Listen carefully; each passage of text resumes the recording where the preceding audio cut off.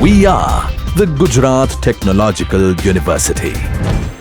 Since its inception over a decade ago, GTU has been empowering young and curating minds to realize their true potential. Over 4 lakh inspired students are enrolled with one of the premier academic universities in India. With more than 450 affiliated colleges in its fold operating across 5 zones of the state, GTU, the International Innovative University, your place to move forward.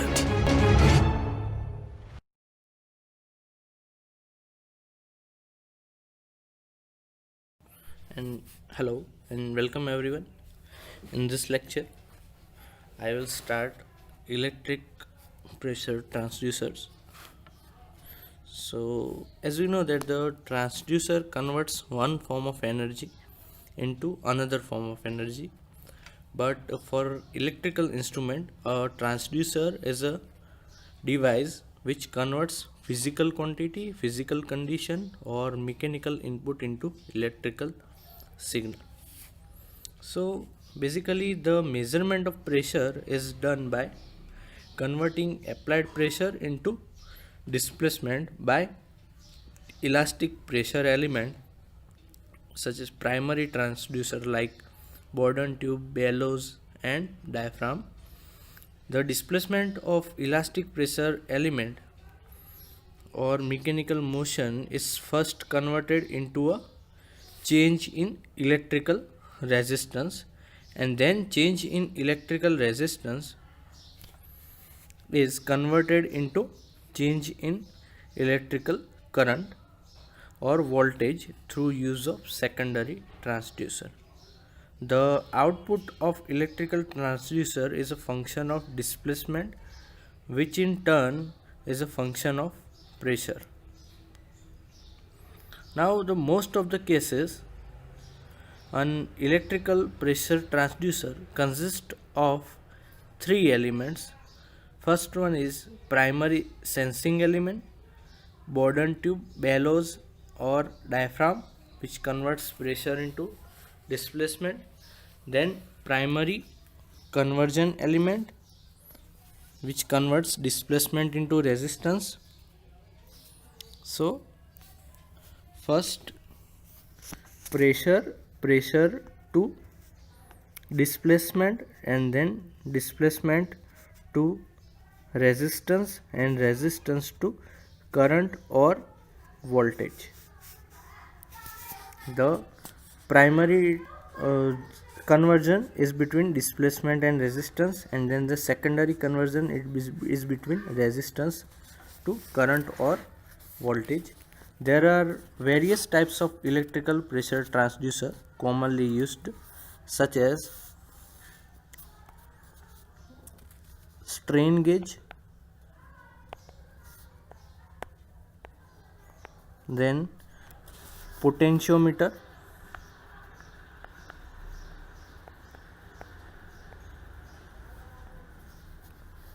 capacitive pressure transducer,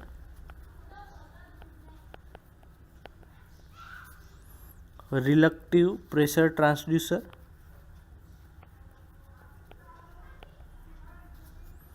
then piezoelectric,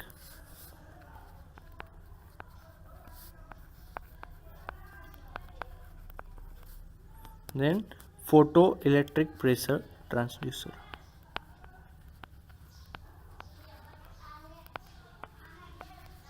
These are the various types. First, let us discuss about the strain gauge pressure transducer. So, the strain gauge pressure transducer consists of elastic element such as bellows or diaphragm. Here it is a diaphragm. The strain element is form of fine wire. These are the strain gauge element in form of fine wire and strain gauge bridge circuit. The strain element are attached with the diaphragm.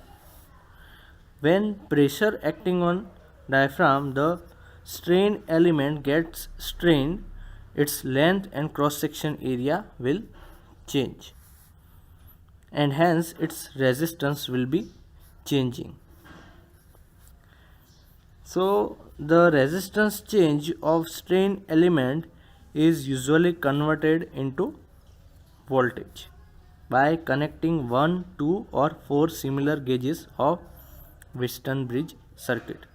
Now the bridge output voltage is then measure the pressure sensed by strain gauge. Now as we can see over here, from one side we apply reference pressure, atmospheric, and over here applied pressure which is to be measured. These are our strain gauges and this is our bridge circuit. So where the bridge circuit with 4 strain gauges R1, R2, R3 and R4, 2 strain gauges R1 and R4 are mounted so that increasing pressure increases their resistance. So with increase in P, the resistance of these two will increase. At the balance, when there is no pressure, no current flow through the galvanometer, while and hence there is no deflection in galvanometer. As soon as pressure is applied, strain gauge stretches or compresses according to the bridge circuit is unbalanced due to change in resistance value of strain gauge. Therefore, a current flow in galvanometer which is measured by deflection of galvanometer. Now this change in output of the bridge circuit which indicates the change in pressure. There are various advantages of strain gauge pressure transducer. First advantage is very good frequency response.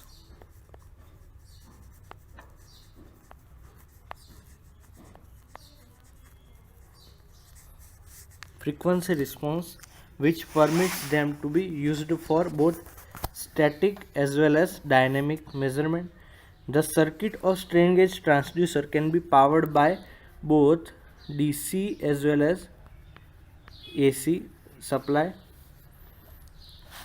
It has continuous resolution with small displacement and require only simple resistive balance. It is not affected by the stray electromagnetic field. There are various disadvantages. It requires power supply, then electrical readout necessary, then it is relatively complex to fabricate and have low output. The temperature compensation required due to problems presented by temperature variations. Second transducer is potentiometric pressure transducer. In this transducer, wiper of potentiometer with good linear characteristics is attached to bellow or Bourdon tube for measurement of pressure. Figure shows as a potentiometric type pressure transducer consisting of a potentiometer that is nothing but a variable resistor formed by winding resistance wire around an insulating cylinder. So a wiper is a movable electrical contact whose position on resistance wire decides the magnitude of resistance induced in circuit. So free end of Bourdon tube is connected to wiper through mechanical linkage. Here it is the linkage. As pressure inside the Bourdon tube, here pressure increases, its free end gets deflected, and this free end deflection changes the position of wiper, that changes the electrical resistance between terminal A and terminal C, which is equivalent to the pressure sensed by the Bourdon tube. The main advantage of potentiometric pressure transducer are high range, simplicity of instrument, ruggedness, and disadvantage that poor resolution, large size, poor frequency response, and noise produced by the motion of wiper. Next is Bridgman's gauge.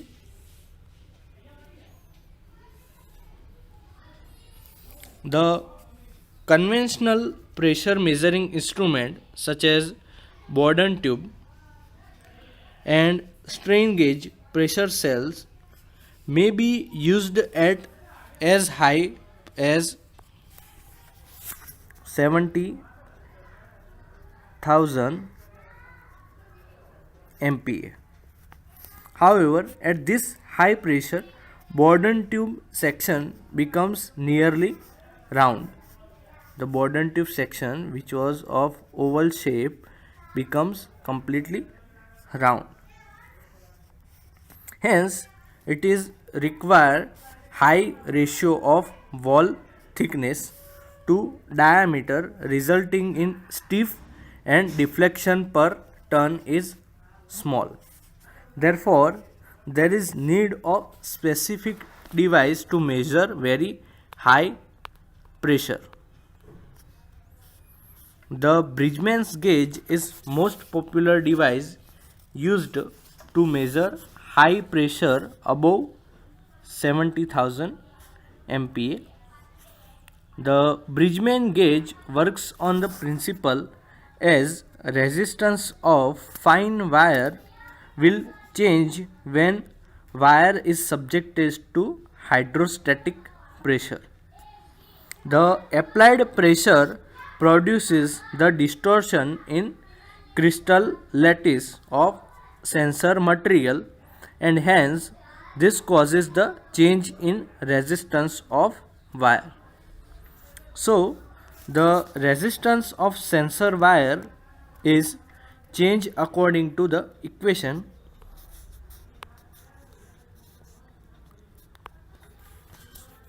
wire resistance R is equal to R1 into 1 plus B into delta P, where R1 is resistance here,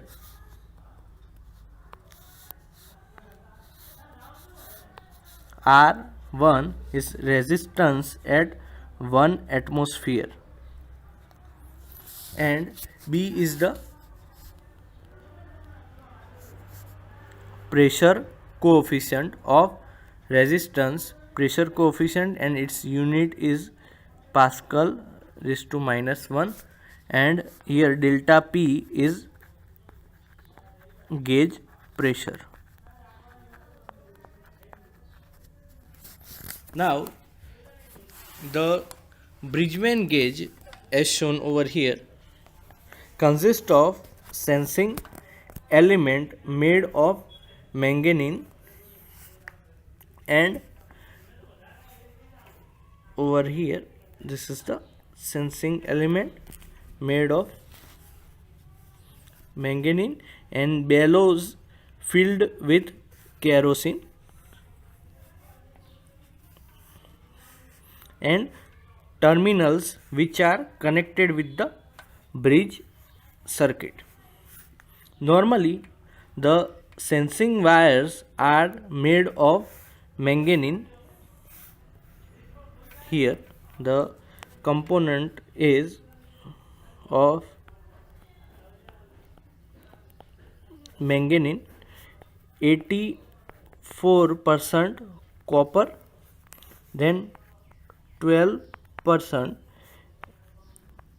manganese and 4% nickel is used.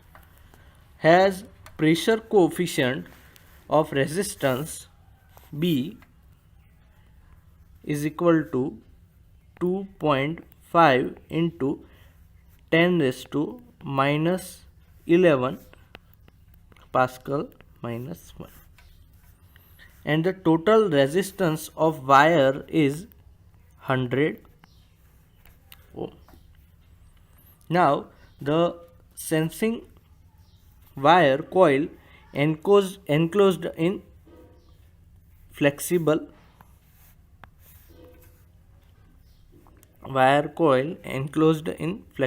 bellows, it does the process medium but is separated there from by a kerosene filled bellows. Now the conventional bridge circuit are employed for measuring the change in resistance which is calibrated in terms of applied pressure. The Bridgman gauge are commercially available with full scale up to 15 megapascal with accuracy of 0.1 to 0.5% when properly calibrated, and it has good dynamic response. So this is about the Bridgman gauge and electrical pressure transducer. So this is the end of the topic. Thank you very much for watching.